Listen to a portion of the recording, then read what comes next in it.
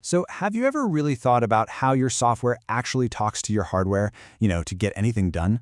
Well, today we are going under the hood to explore the essential services your operating system provides, and we'll look at the secret language that programs use to ask for them. Let's get right into it. Just think about it for a second. You double-click an icon to open a file, and poof, it just appears on your screen. It feels totally instant, right? But what is really going on in that tiny split second between your click and the file actually opening?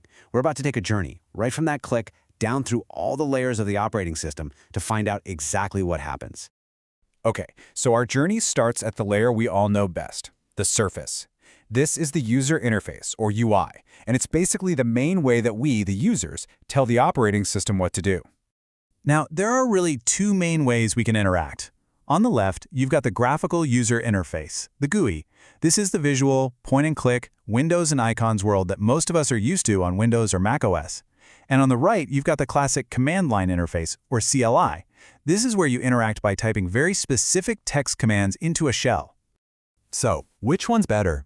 Honestly, it really just depends on what you're trying to do. GUIs are fantastic. They're visual, they're intuitive, and they're super user-friendly for most people. But CLIs? Well, they're loved by developers and system admins for their raw power and incredible efficiency, especially when you need to automate a bunch of repetitive tasks with scripts. All right, so let's peel back that user interface layer. What's underneath? Well, that's where we find the operating system itself. And you can think of it like a restaurant, offering a whole menu of essential services that both we and our programs totally depend on. And these are what we call operating system services. It's basically the complete set of functions the OS provides to make sure everything runs the way it's supposed to. They exist for the convenience of the programmer, sure, but they're also absolutely critical for making sure the entire system operates correctly and efficiently. And this menu of services is pretty much split into two big sections. First, you've got services for the user, things like actually running a program, handling operations from your keyboard, or managing your files. And then you have the services that work in the background just for the system's own health. Things like allocating resources, keeping track of usage, and handling all the protection and security. So we've seen how we can make requests through the UI, but how does a program, like your web browser, ask the OS to connect to the internet? This brings us to the absolute core of our topic today, the magic word that programs have to use to make their requests. And that magic word is a system call. It is the one and only way that a program can request a service from the heart of the operating system, which we call the kernel. It's like the official mandatory request form a program has to fill out to ask the kernel to do some powerful, privileged action for it. And this brings up a really important question. Why? Why are system calls so important? Well, it all boils down to one word: protection. I mean, think about it. If any app could just directly access your hardware whenever it felt like it, you'd have complete and utter chaos. System calls act as a gatekeeper, forcing every single program to go through the OS kernel to get to those critical resources in a safe and orderly fashion. This leads to a super important distinction, and one that trips a lot of people up: the difference between an API and a system call. See, programmers don't usually write raw system calls themselves. Instead, they use a much more convenient, high-level function from something called an Application Programming Interface, or API.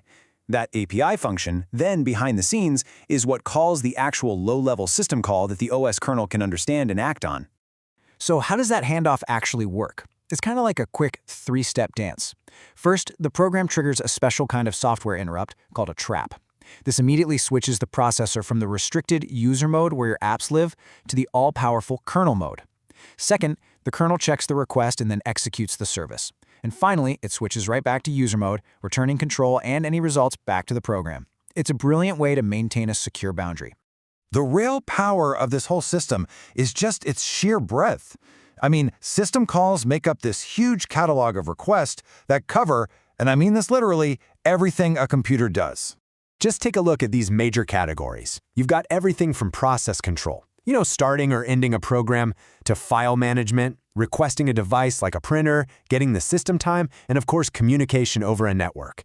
Every single one of these fundamental actions is managed through a system call. And while different operating systems might have different names for these calls, like creating a process is create process on Windows, but it's fork on Unix, the fundamental idea is exactly the same everywhere. All modern operating systems rely on these system calls to get the same core jobs done.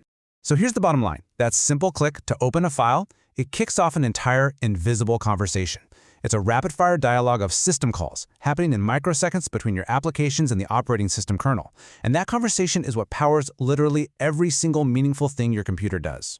Your operating system is fielding thousands, maybe even millions of these requests every single second, silently, perfectly, without fail. Which leaves us with a fascinating thought.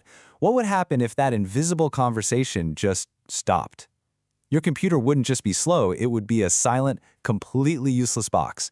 And that is the incredible power of the OS services and system calls we've looked at today.